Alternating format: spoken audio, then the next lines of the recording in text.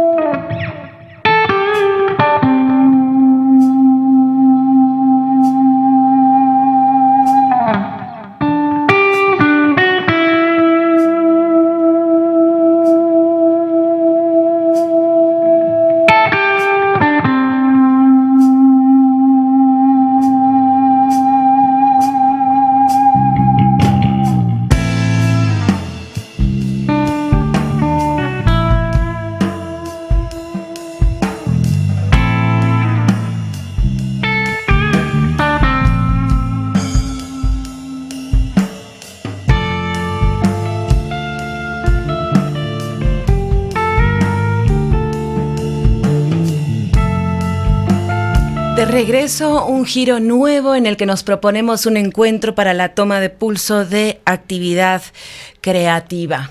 Saludamos a todas las personas conectadas con nosotros, con la Antena 1 a través de la frecuencia modulada 90.5 en Azuay y Cañar y en el mundo, también a través de nuestra página web y aplicación antena1.com. Estamos con este encuentro en vivo a través de Facebook, Twitter y también nuestro canal de YouTube. La actual pandemia, la COVID-19, ha provocado un enorme cambio para todos y cada uno de nosotros, sin excepción. Y todas estas alteraciones, bien sabemos, afectan profundamente la forma de relacionarnos, de consumir, de comportarnos. Se trata de una transformación cultural.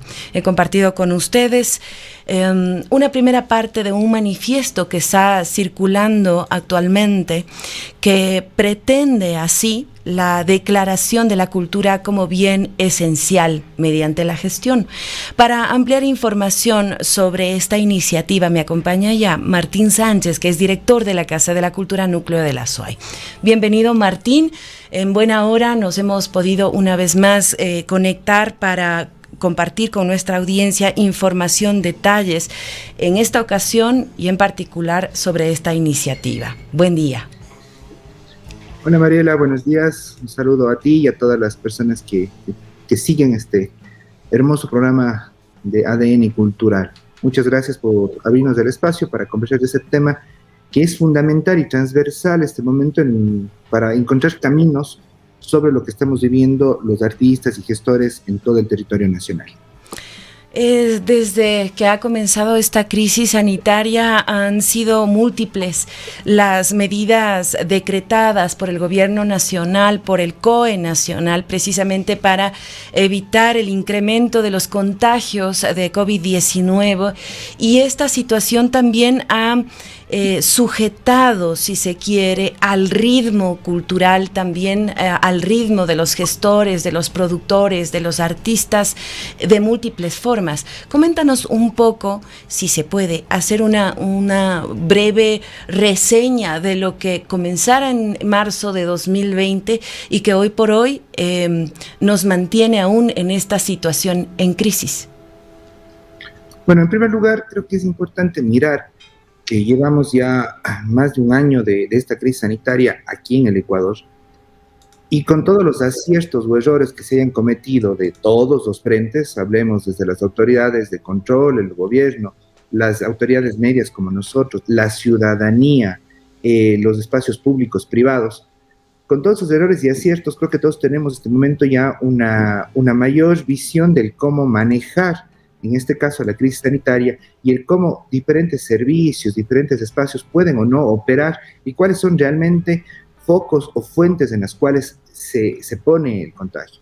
Yo lo dije desde el año pasado, creo que la crisis sanitaria primero desnudó totalmente a las entidades públicas, puso sobre la escena sus falencias, sus debilidades, también las fortalezas en muchos casos, y claro, nos estamos enfrentando a otros horizontes. El año pasado, entre marzo, abril y mayo, tuvimos una para total, y no sabíamos todavía cómo enfrentar, cómo movilizarnos en torno a esta crisis. Teníamos una salida a través de los medios virtuales,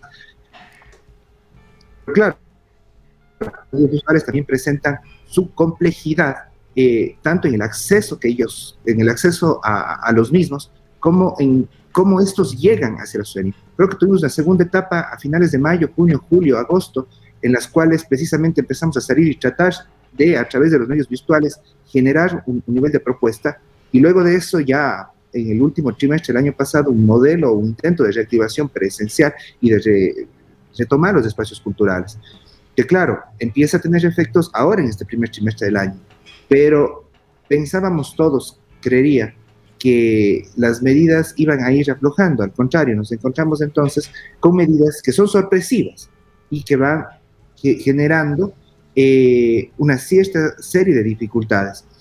Algo que sí me parece importante, si hacemos un análisis de lo que ha sido este año y un poco más de crisis, es que creo que en medio de todo esto nos permitió tener diferentes espacios de diálogo de todos los sectores, ojo, de todos los sectores, sobre qué estaba pasando con las artes, sobre qué ocurría antes, cómo se estaba generando en el entorno de la crisis, y por ahí empezar a tener como ideas de posibles respuestas para el futuro, ¿no? Y creo que estos espacios también han permitido que se pueda tener diversas y una multiplicidad de visiones que a la larga permitan ahora sumar cosas para poder ir encontrando realmente alternativas. Es decir, esto permitió también que se abra el debate sobre temas tan importantes en torno a cómo giran las actividades culturales. Y es en este punto, Martín, en donde entendemos que esta intensa, esta situación de inestabilidad que tenemos en todos los sectores, vale la pena aclararlo, ¿no? Porque nos están escuchando en distintas partes del Ecuador y del mundo, vale la pena aclararlo.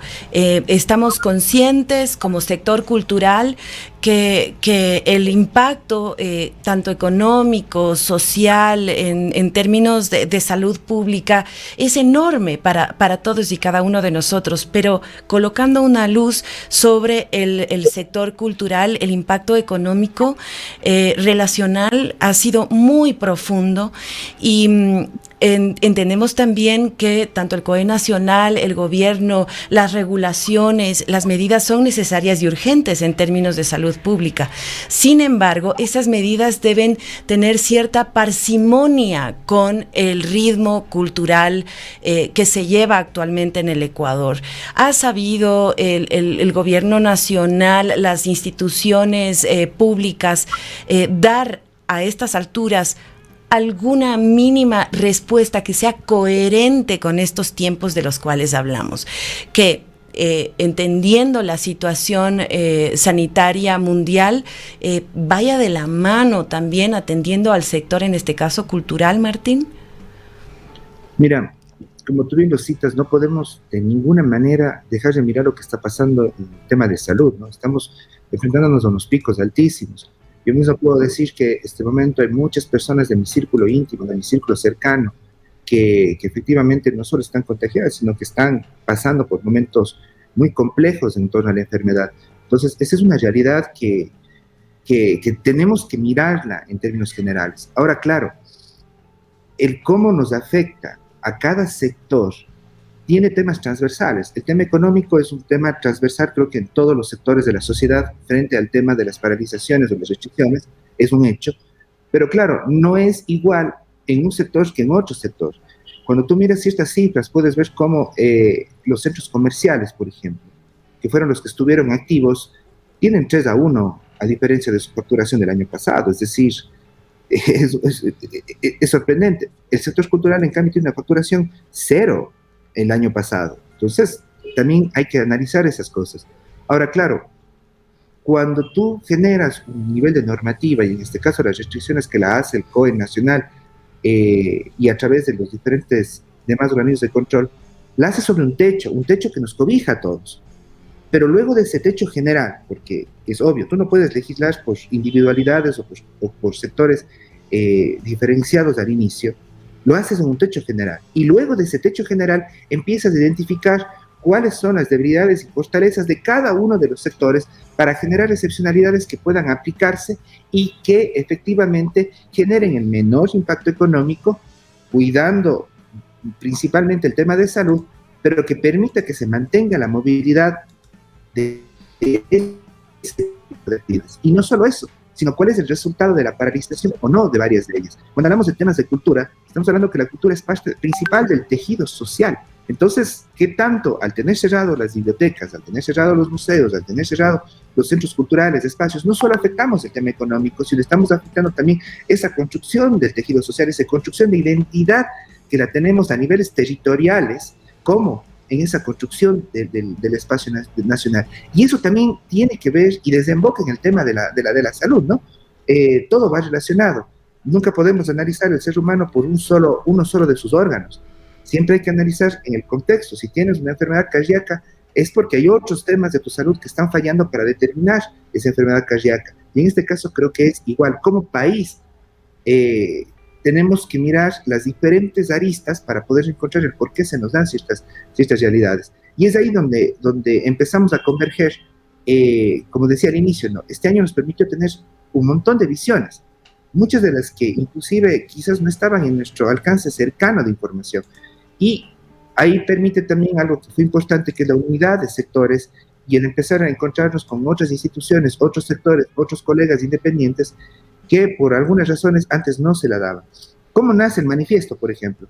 El manifiesto nace precisamente de uno de estos múltiples encuentros que hemos tenido, con un webinar que se hizo con la Universidad Politécnica Salesiana, con el profesor Bonet. El profesor Bonet es una de las máximas figuras académicas en España sobre temas culturales.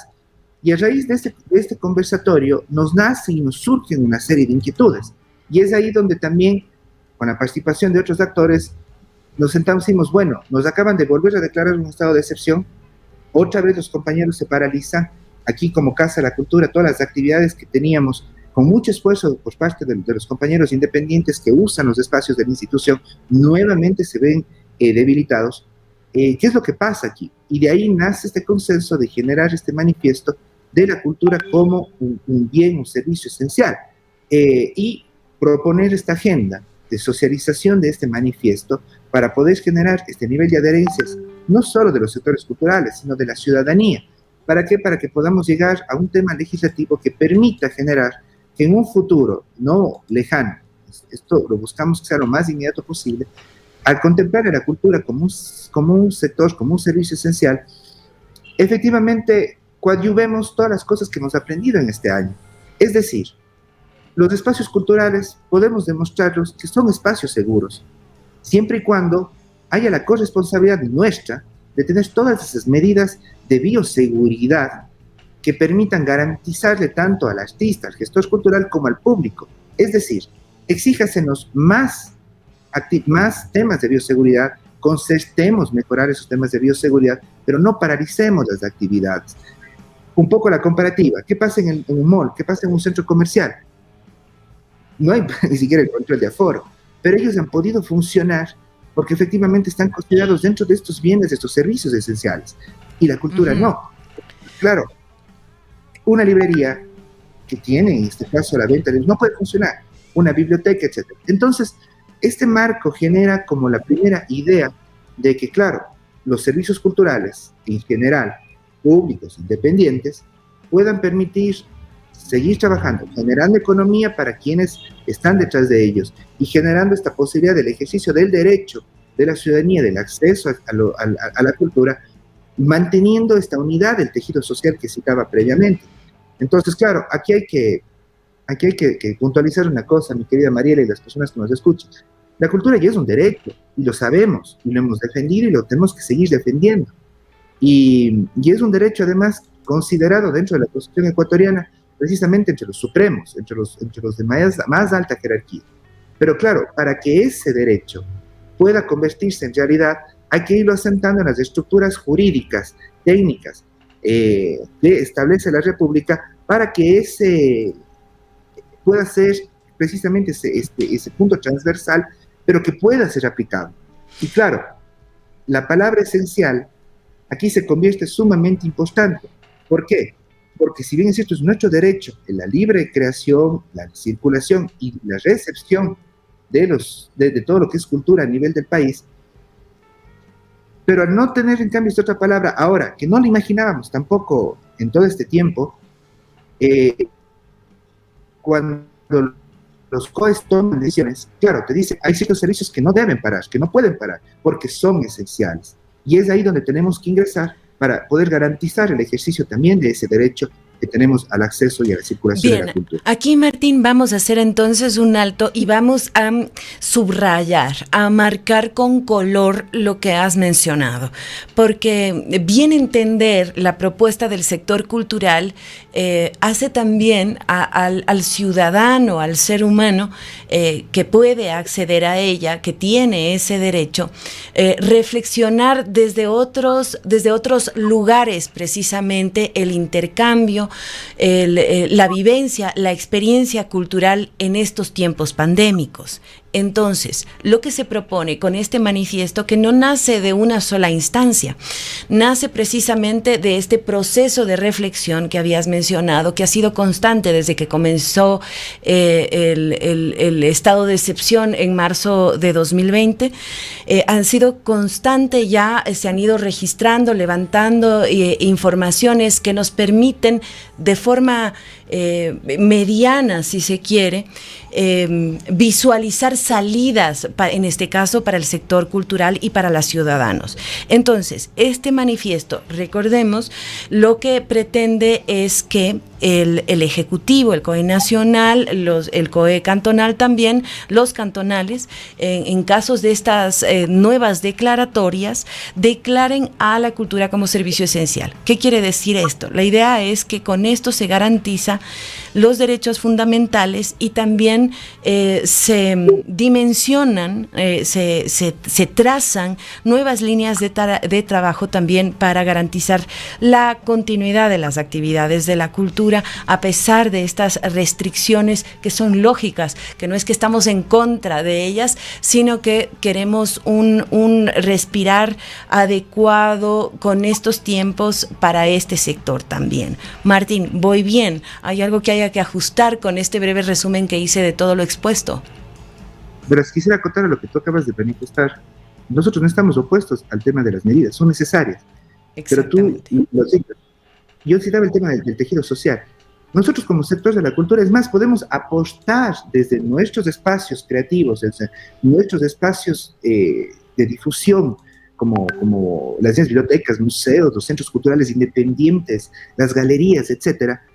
Más bien podemos ser un punto en el cual podemos generar este nivel de comunicación, de educación, de traslado de información a la ciudadanía sobre el tema de la importancia del cuidado, de la importancia de la salud, de la importancia de cuidarnos como sociedad.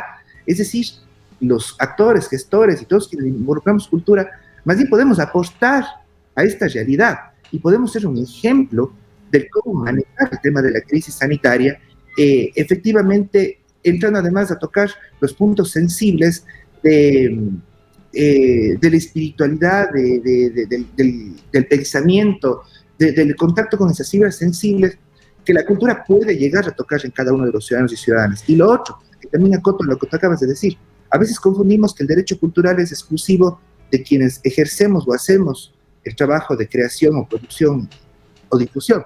El derecho cultural es de absolutamente todos los ciudadanos y ciudadanas.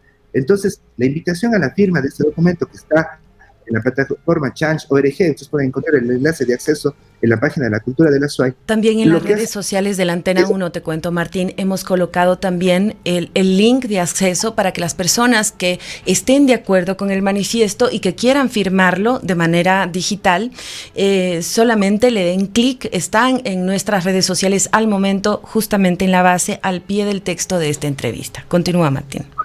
Ahora, esto también no es una iniciativa únicamente nuestra, no, aquí, como digo, nos juntamos muchas voces. Yo estoy haciendo la vocería y estoy haciendo esta difusión aquí en la provincia de la SUAY porque es el territorio que me corresponde, pero lo mismo lo está haciendo la Universidad de las Artes a través de Ilias, del Pablito Cardoso, en lo que es el territorio de Guayaquil y otras zonas de las costaneras del Ecuador. Lo mismo lo está haciendo la Universidad Técnica Particular de Loja, lo mismo lo están haciendo varios colectivos independientes en Pichincha, en Tungurahua también, la Casa de la Cultura, y así estamos tratando de diversificar, porque esta es una cruzada nacional, no es únicamente nuestra provincia. Por eso también es la invitación a sumarse, porque como ciudadano yo también debo exigir poder tener los espacios que nos permitan. Nosotros veíamos un estudio, por ejemplo, que se hizo, si no me equivoco, en Francia, que hablaban sobre el tema de los cines.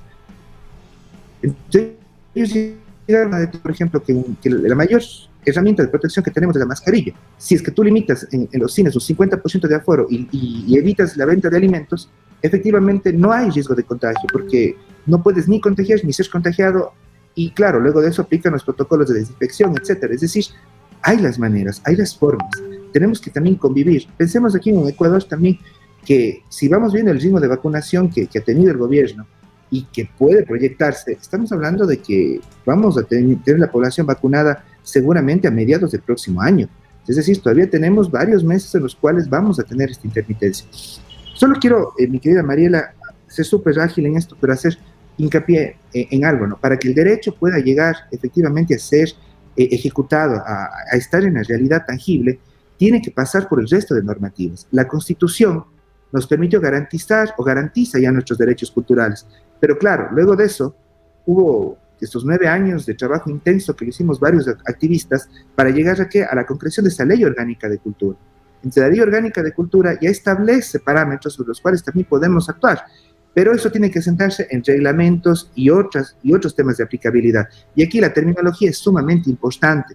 Por eso también, porque el otro día escuchaba un poco la confusión entre, hablamos de este bien esencial y me decían, pero la cultura es un derecho, Martín, y debes de enfocarse el derecho. Sí, el derecho ya está, pero el término es importante. Por ejemplo, la Ley Orgánica de Cultura garantiza el tema de la seguridad social para los artistas, pero el ministro Pérez Torres en el 2018 confundió los términos, sea por desconocimiento o sea por vagancia, porque el proceso real era mucho más amplio, y en lugar de utilizar el término régimen especial de seguridad social para los artistas, que es lo que dice la ley, él simplemente usó un régimen de pago. Entonces, con lo cual nunca ejercimos el derecho que tenemos a la seguridad social, porque una autoridad no supo utilizar la terminología apropiada. En este caso, el tema del servicio esencial es la terminología para poder adaptarnos a las normativas que están generando el Ejecutivo Central a través de los COEs. Entonces, eso también es importante aclarar. Estamos actuando en torno a estas actividades,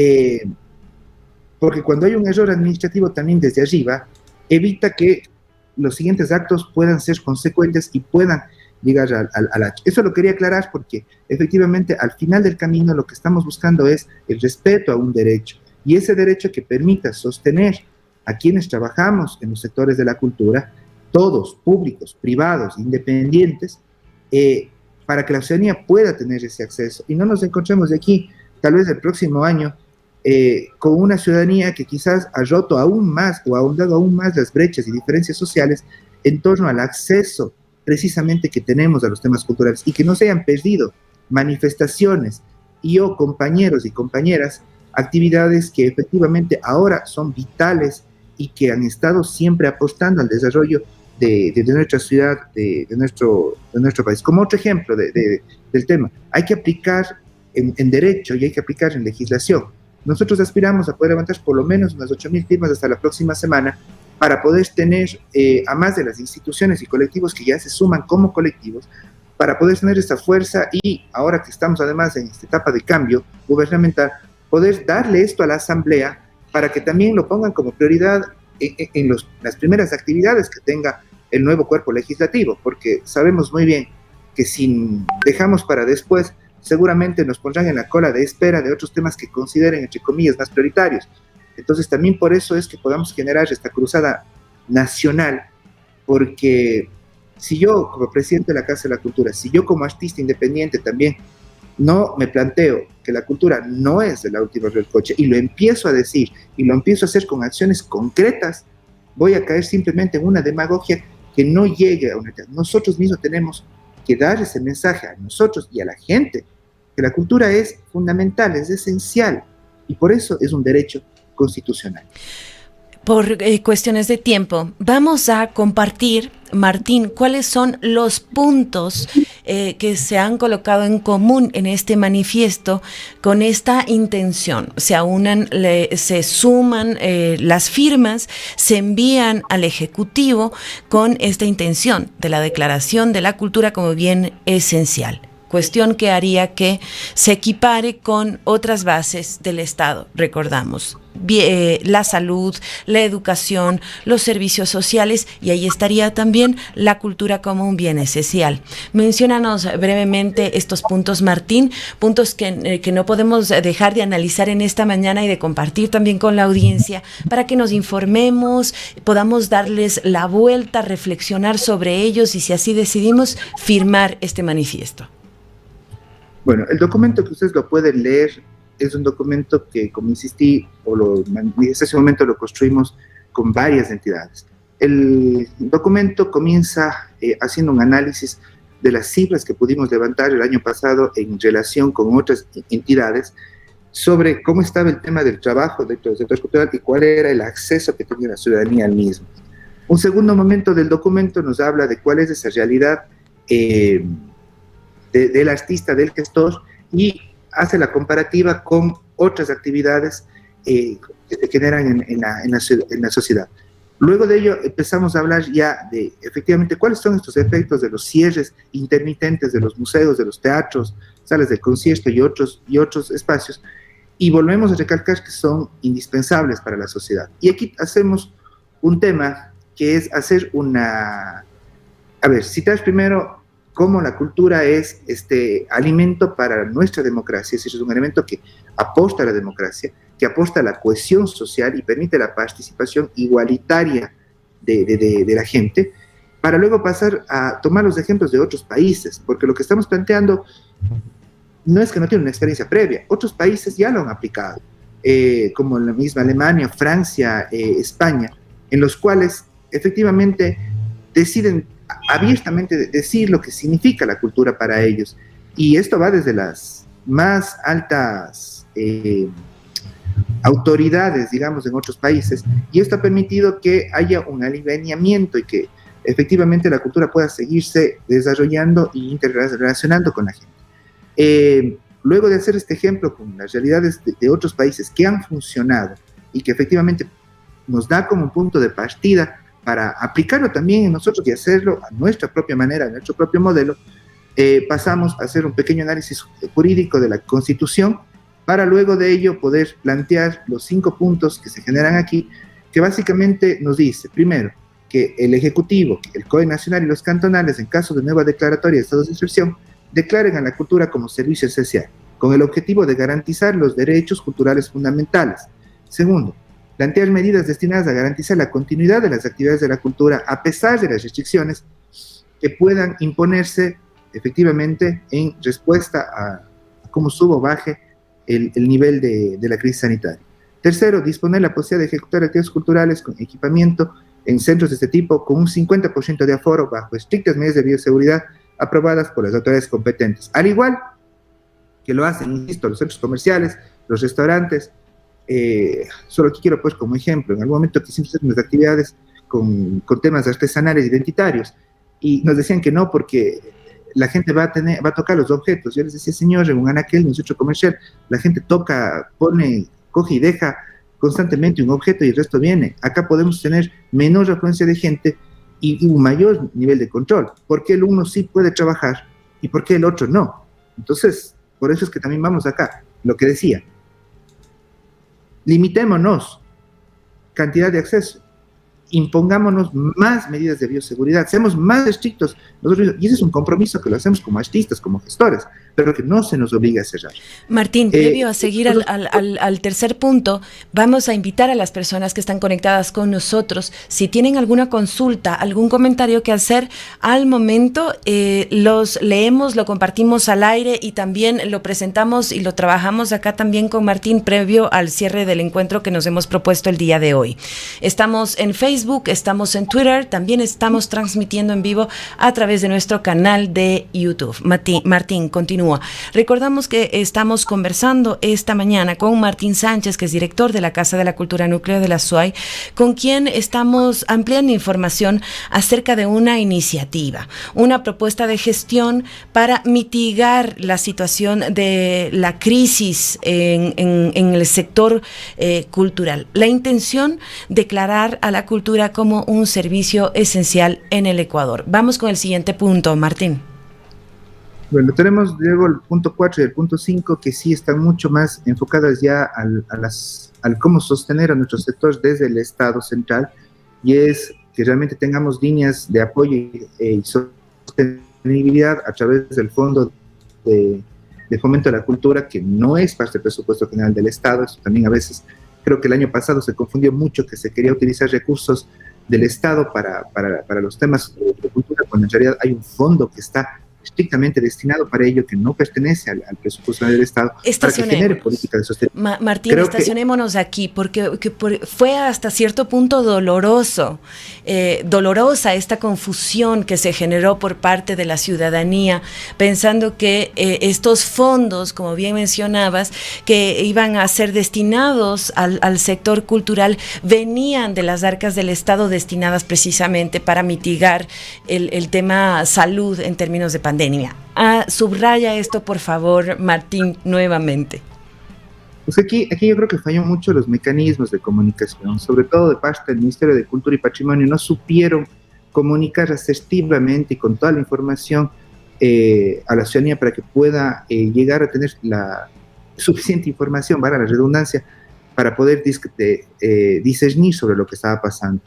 Lamentablemente, cuando mezclan elementos políticos, generan ese tipo de confusiones. Nosotros sosteníamos que debe haber una campaña primero de sensibilización y de entendimiento de cómo funcionan también las estructuras en cultura en el país, para que se pueda entender que, al igual que hay cada ministerio, digamos, tiene una población a la cual tiene que atender y por la cual tiene que enfocarse. En el caso de cultura, nosotros teníamos también esta entidad que lamentablemente, insisto, fue un error básico de comunicación. El no saber o no tener la empatía para poder llegar a la gente con un mensaje asertivo, claro, y con información completa.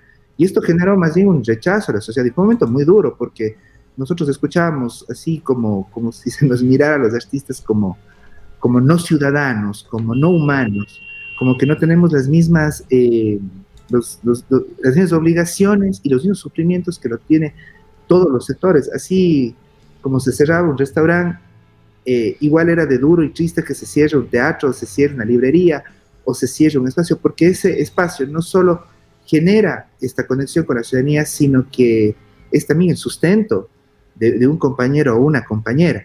Entonces, sí, esto fue un momento muy duro. Por eso es que aquí lo citamos y lo ponemos clarito, que es el Fondo de Fomento de la Creatividad y la Cultura.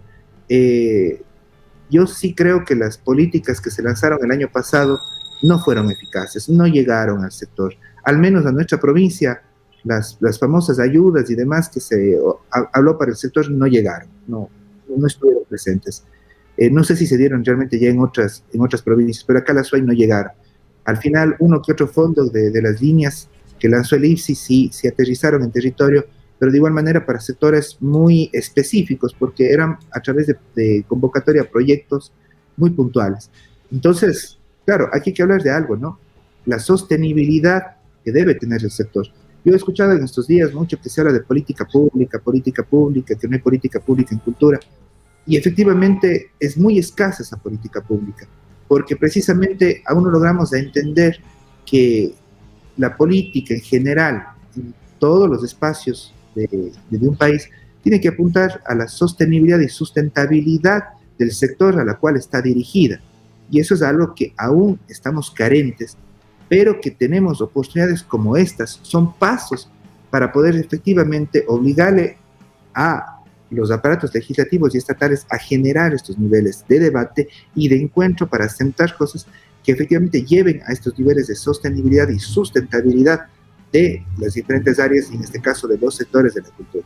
Yo, para que los compañeros que tal vez no están inmersos en la actividad cultural directa, cuando hablo de sectores de la cultura, es porque no podemos hablar de un solo sector, puesto que tenemos gente de música, de danza, de teatro, de cine, de audiovisuales, los temas de cultura popular, la sostenibilidad de los saberes ancestrales, y cada uno tiene especificidades que son distintas a las otras, y cada uno tiene formas en las cuales se puede aplicar esto. Por eso siempre hablo de los sectores de la cultura, porque somos extremadamente amplios. Por último, el punto 5, planteamos nuevamente que se fortalezca el tema del Sistema Nacional de Cultura para que pueda tener capacidades progresivas para poder enfrentar esta y venideras crisis. También creo que es importante pensar que esta crisis sanitaria hay que superarla, pero nos tiene que enseñar algo y nos tiene que dejar cosas claras de cómo enfrentar. No sabemos qué va a pasar ¿Qué pasa si hay un terremoto nuevamente de aquí a un par de años? ¿Qué pasa si es que existe alguna catástrofe natural o inclusive una crisis social política en el Ecuador? Esta crisis sanitaria tiene que dejarnos lecciones de cómo afrontar posibles escenarios de riesgo. Ahora nos cogió desprevenidos, no nos puede volver a pasar eso. Entonces, tener políticas también en tiempos de crisis, y ahora es cuando, porque la estamos experimentando. Martín, previo al cierre, punto 5, por favor. Bueno, justo estar al punto 5 al final, que es eso, fortalecer todas las entidades y realmente puedes generar una mesa nacional donde puedan integrar a todos estos sectores de la cultura. La última mesa así nacional que se dio fue cuando se intentó hacer el primer borrador de ley, cuando hubo los 100 días de la cultura, y luego de eso no lo hemos tenido. Y sí se requiere una articulación nacional para poder ir asentando las actividades de quienes están en los agentes públicos con lo que piensan y lo que viven los sectores independientes, porque es a ellos además donde la política pública tiene que llegar a sentarse a través de la institución, sí, pero es al final con ellos. Generar estas mesas que tienen que venir impulsadas desde las máximas autoridades de la cultura, desde el Estado, ¿no? Ahora que vamos a tener cambio de autoridades, pues creo que es importante ponerles en la mesa que es importante abrir los canales de diálogo, de discusión, de debate, de escucha, insisto, a veces las peleas no son malas del todo porque permiten generar diferentes puntos que a lo mejor no puedan ser encontrados o no pueden encontrarse, pero como la misma naturaleza nos enseña, a veces las amalgamas entre dos elementos que no son compatibles terminan siendo maravillosas y terminan siendo respuestas a las cosas. Este es el punto 5 de este manifiesto. Como ustedes ven, no estamos atacando absolutamente a nadie. La idea no es atacar, la idea de esto es sumar, no queremos restar. Queremos sumar y mostrar efectivamente, primero que a la ciudadanía y a quienes estamos en los sectores de la cultura, este es un tema fundamental, vital. Y darle ese mensaje al Estado, darle ese mensaje a la ciudadanía también, y poder ir saliendo avantes de esta crisis y las futuras crisis que se nos puedan generar. Yo siempre sueño, Mariela, si es que podemos ahora lograr que la cultura se aclare como un bien esencial, ¿por qué no pensar más adelante entonces que pasemos a ser un sector estratégico? Al ser un sector estratégico hay muchas mayores posibilidades de obtener recursos, de manejar recursos, de generar proyectos de inversión en la infraestructura, en los temas de cultura, de generar todavía mejores espacios en términos tributarios, en términos de incentivos y las formas mismas de relación del Estado. Pero hay que ir logrando estos temas, ¿no? Actualmente tampoco somos un sector estratégico y eso limita mucho la gestión. Pero si fuera un sector estratégico, abrimos puertas. Vamos con paso. A mí me parece sería, si resulta ser efectiva la gestión, sería un paso importantísimo en términos de visión, de alcance y, como bien mencionabas también, de sostenibilidad, de análisis para las famosas políticas culturales de las cuales tanto se habla, pero que son al momento bastante difíciles de construir, dado que hemos tenido una historia, a un pasado con muchísimas brechas, desajustes, pensamientos no alineados y demás. Creo que si se logra este pasito, vamos con este pasito, Martín, vamos a concentrarnos en él y claro, vamos a aspirar siempre a más. Yo te agradezco muchísimo el tiempo que me diste, lo veníamos planificando desde hace algún tiempo atrás y al fin pudo concretarse para ampliar detalles acerca de este manifiesto. Sabemos que no nace de un punto, una entidad o una persona específica, nace precisamente del pensamiento, del análisis, de la reflexión colectiva, de esta necesidad urgente de activar el sector cultural hacia otras direcciones y también sostenerlo, ¿no? Entonces, Martín, yo te agradezco mucho por esto, por el tiempo. Espero ciertamente volvernos a encontrar más adelante para tocar otros temas interesantes. Vamos a despedirnos acá. Algo que te quede por comentar o decir. Yo les recuerdo también que hemos colocado en las redes sociales de Antena 1 Radio Video el link que luego de su revisión y análisis usted decidirá si lo firma, si no lo firma, porque es la propuesta que se ha hecho en estos tiempos desde distintos sectores precisamente para tratar de llevar a cabo, de gestionar esta propuesta que haría que la cultura sea declarada como un bien esencial. Martín, para despedirnos, ¿qué nos dices? No más quisiera citar que el documento no está cerrado, está abierto además para poder recibir todas las observaciones que puedan venir de los diferentes colectivos y compañeros del sector. Es decir, no está escrito en piedra, más bien es un documento que puede ser alimentado. Quienes lo firmen digitalmente nos ayudan a ir creciendo, pero también quienes envíen sus comentarios, sus críticas, sus sugerencias, eso permite alimentar y hacer un documento mucho más rico y más general. Lo otro es, nosotros como Casa de la Cultura estamos atendiendo, no hemos paralizado este momento, los servicios de ensayos y varias actividades culturales se van a seguir desarrollando en estos días con las medidas de seguridad y dentro de los horarios que nos permite. Pero la semana pasada, por ejemplo, le invitamos precisamente al COE provincial, estuvieron los alcaldes, cámaras y otros entes a que hagan su sesión presencial aquí en el Teatro de la Casa de la Cultura, con un mensaje que era decirles, miren, si tenemos todas las medidas de bioseguridad, aquí está la realidad, es un espacio seguro y es un espacio que puede contribuir a todo tipo de actividad transversal a la cultura. Y lo desarrollaron. Y quiero dejar ese mensaje también a la ciudadanía. Confíen en los espacios culturales, desde los centros culturales dependientes más chiquitos, los cines, si se quiere pasar por los espacios más comerciales, los teatros, las bibliotecas, la librería de su barrio, de su sector. Somos espacios que nos estamos cuidando porque somos responsables y no limiten su derecho a la cultura. Que así sea, Martín. Esta mañana nos acompañó el director de la Casa de la Cultura Núcleo de la SUAY, con quien ampliábamos información acerca de esta iniciativa. Nosotros hacemos un alto acá y luego del corte un cierre con el cuarto y último giro de esta revista de cultura que suena de lunes a viernes a través de los 90.5 y antena1.com desde las 10 de la mañana hasta las 12 del mediodía.